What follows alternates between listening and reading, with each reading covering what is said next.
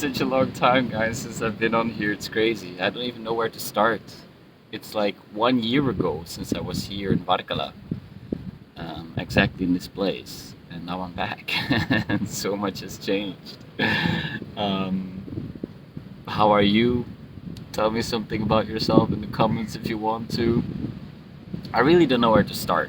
There's just too much, and maybe that's the place, exactly the place to start, right? The place where I'm at, meet myself where I'm at.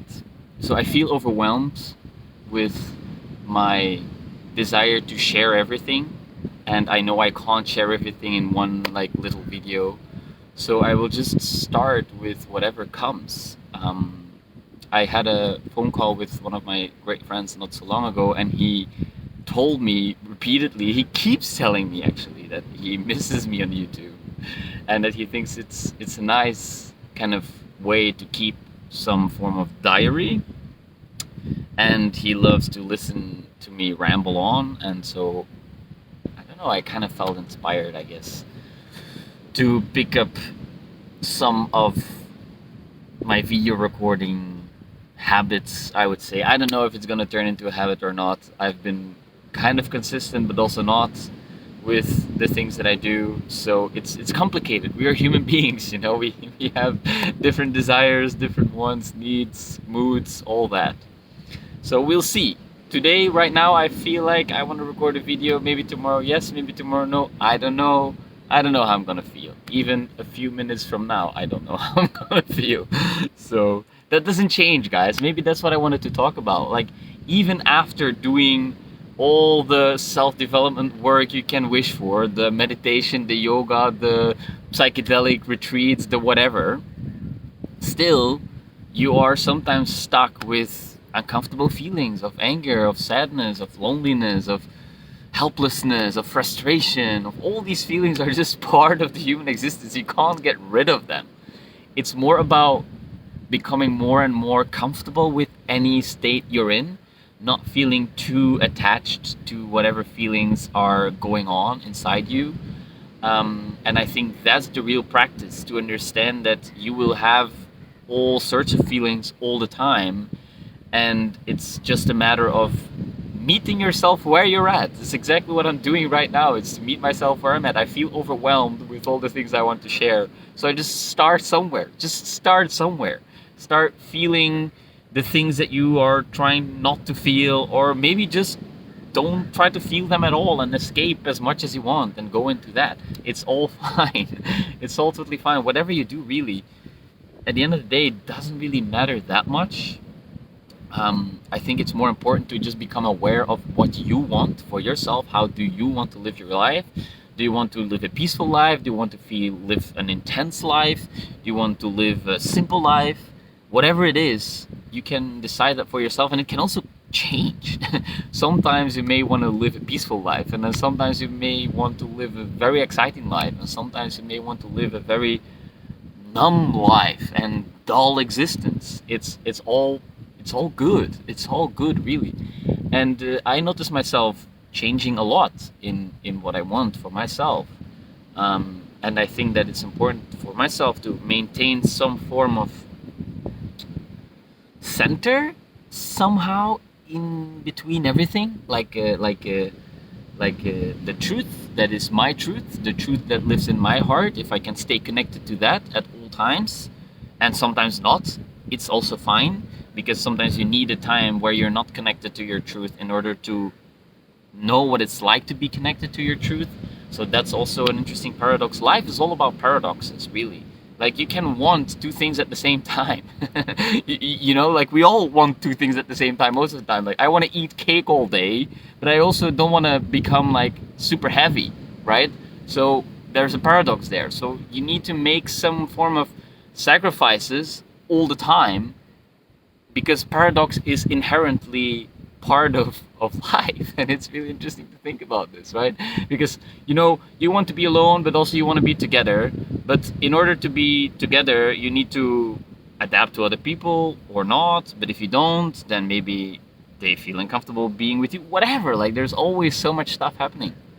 And I think that the more you can accept where you are and how you feel, you can fully accept that state, the easier it also becomes for other people to accept that state. And if they cannot accept that state in you, that is because they cannot accept that state in themselves. I think that the biggest lessons I've been learning these past months, uh, years, my life, is that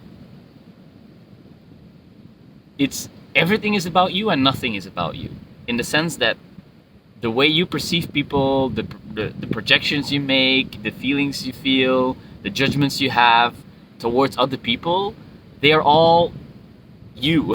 They're all you. If you get angry at someone, you're actually really angry at the part of yourself that kind of resonates with that energy. You're not necessarily angry at them. You're angry at some part in you that is being reflected by them. Or you feel joyful and happy when you see someone. It's also because you can connect to these parts in yourself. So much of relationships is truly about how you relate to yourself. And it's so interesting to observe that, you know? Like a couple days ago I was really, really angry with someone, and I was walking at the beach and I was shouting at the sea and like being so aggressive, you know, in my mind I was shouting at them. So angry. And I felt upset and indignified and unjustly treated and all the things. I felt so angry, right? And then after a while, the anger passes through, and I accept myself being angry. I allow it to be there. I go for a walk and I shout at the sea. That's cool. Nobody's getting hurt. After the anger passes through me, I start to understand. Hold on a second. The anger is about crossing a boundary, but actually, it was me who was crossing my own boundary, and I'm really just angry at myself for not maintaining that boundary. And that changes the whole vibration that I was in, because all of a sudden I understand, hold on a second. The anger is showing me something. And I can listen to the anger and let it show me what I need to see if I'm willing to look. And sometimes I'm not willing to look.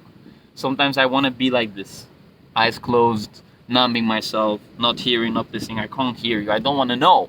Don't tell me. I don't want to know. Let me be in this feeling, or let me resist it as much as I can, right? Because I feel overwhelmed and I need to be in this feeling right now, and can't, don't want to get rid of this. I want this, okay? But once you release the resistance, it's going to change inevitably. Every feeling changes inevitably. Every feeling. And I love to just inquire, what is this feeling trying to tell me? What is really happening? Why do I really feel angry? And where do I feel it in my body? And what are these sensations communicating? And this is something I love doing, and something that I'm almost obsessed with. I can do this for hours. I do this stuff for hours. And sometimes it can be a little bit much, even for myself, let alone for other people. And that's complicated, right? Because I feel extremely responsible for other people's feelings, which is something that I need to learn to let go of, because I am not responsible for other people's feelings. I'm responsible for my own feelings. And so I tend to try to avoid specific situations or expressing certain feelings, because I'm afraid that somebody might feel uncomfortable or upset or angry or whatever. I might cause a specific feeling in them, and I feel like that's my responsibility. But it's actually not, because the same person can have a completely different, two different people can have a completely different response to the same expression. Like if I express, I don't know, some anger towards some person, okay? That person might not hold some difficult emotions towards this anger in themselves, so they respond with kindness and compassion. They're like, oh, I completely understand that you're angry, no problem, I acknowledge your feelings, we can talk about it, etc., etc. But another person might receive the same words, the same anger, and they respond with so much anger or so much sadness or such an intense emotional response, because they've had a past where anger has been an issue for them. And so the same act towards someone creates completely different responses. based on who they are as a person. So that's totally personal to them, not to you. And if you cause some uncomfortable feelings in someone, if they're willing to look more deeply, and again, they don't have to do this, they can. And then if they do, then it might even be a gift for them that it was uncomfortable and that they got faced with something that they were not aware of. And then they can become a little bit more conscious. And that's a beautiful gift. And that's also not my doing, right? Me, I was just the catalyst, maybe, or the messenger, or the whatever, right? The entity that ignites some response, and then it's up to them to work with that or not. And also for them to communicate a boundary. For example, they can let me know, hey, this way of treating me, I don't like that, please don't do that again, or change it, or I just don't want to be around. And then they can draw a boundary and then not interact with me anymore, right? Or the same goes for me. It's my responsibility to communicate a boundary to someone else. They don't necessarily know that their behavior is doing something to me that is difficult, or that is something that I don't want to work with, right? I have the right to choose. I don't want to be confronted with these difficult feelings. I want to avoid them, okay? You doing something that triggers this, I don't want that. So please don't do that anymore, or I remove myself from you. Then I don't have to deal with these uncomfortable feelings with that person. Maybe in another era in your life they will come up again until you start looking at them. But that's again up to you. And I like this, right? I like this. This is part of who I am, and I more and more come to accept that this is who I am and what I love. Even being in the uncomfortable feelings of loneliness or sadness or melancholy, I tend to be quite like a heavy person in general. Most of my time I spend feeling a little bit.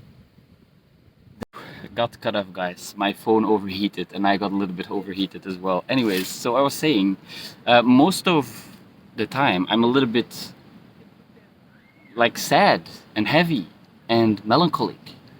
And the more I judge that in myself, the more other people will judge that in me. And that's a painful experience. So the more I work on releasing that judgment towards myself, the more comfortable I will be in that state. And then whenever somebody wants to spend time with me and I'm in that state, I know that they want to spend time with me regardless. Like, they choose to be with me because of me, and I am that in that moment, right? And if I wish to be different, then they feel that, and I feel that, and I act as if they wish me to be different, and then they feel uncomfortable. So it's all about really learning to accept and meet you where you're at, and then either spend time alone because you enjoy to be alone in that moment, or be so okay with who you are in that moment that if you are with someone, then they choose to be with you and to let go of this fear that they want you to be different, right? Because that's a very painful experience, and I've felt that many times in my life, and I still do.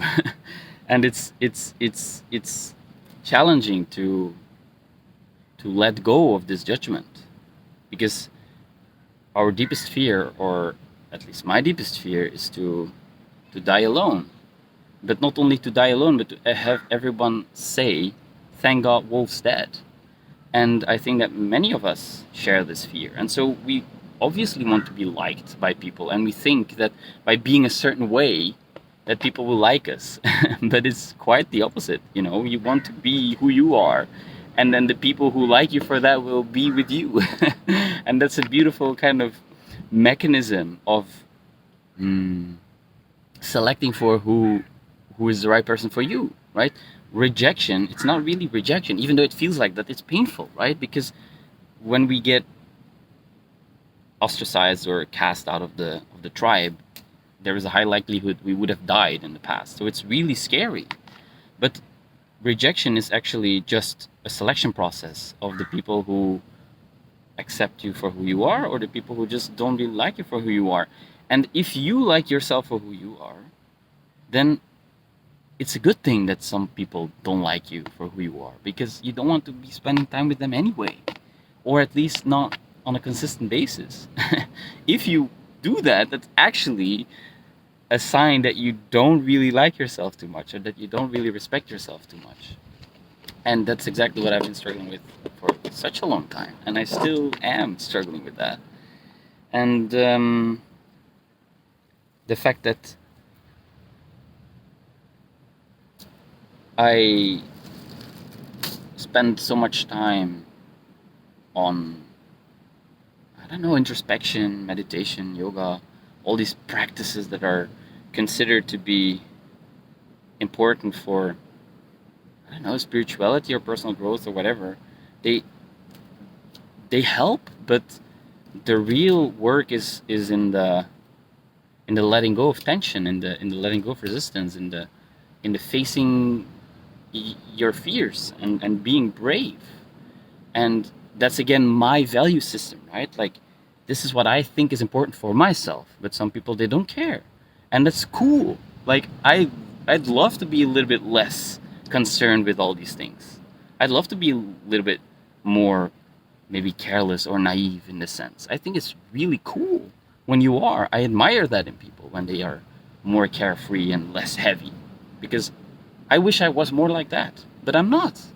And so it's not my journey necessarily to become more like not me. It's more the journey to accept myself more and more as who I am, and learn to appreciate that, and learn to meet myself where I am at every moment, and see the beauty in that, and the wonder, and the the richness of that, right? I might feel, you might feel that, oh, again, I'm here in this sadness, or in this anger, or in this confusion, or in this overwhelm. Again, the same thing. But it's never the same, because you're never the same person. Yesterday you were different than you are now. And 10 minutes ago I was different than I am now. So it's never the same. So if you learn to really pay attention closely, then it's never boring. And it's it's ever fascinating. Same with my yoga practice. I like to do Ashtanga primary series. It's the same asanas basically almost every single day. But it's never the same practice, because sometimes I'm stiff, sometimes I'm strong, sometimes I'm tired, sometimes I'm flexible, sometimes I'm excited, sometimes I'm sad. It's always different. And so if you can bring that level of curiosity to yourself in every moment, then I think it can be really helpful to make you feel more at home, more safe with yourself, because the judgment at least makes me feel very unsafe. And I want to feel safe with myself. And sometimes I don't, and that's fine too. Then I can accept that. And in the acceptance of that, I feel safe again. So this is all I have for you today. I hope you enjoyed my ramblings on the Flow of Consciousness YouTube channel. 1 year after I was here in Varkala, I'm back here again. I have loads more things to share. I hope maybe I feel inspired to record a little video every once in a while, maybe every day. I don't know. I'll do what I want, and when I want, and when I feel like it. And I invite you to do the same. It's really cool to live your life like that. So, well, that's my opinion. It doesn't have to be your opinion. Anyways, I hope you have a wonderful day wherever you are in the world. I'm very, very happy to see you. And yeah, I'll talk to you another time. Take care. I'll see you in the next video.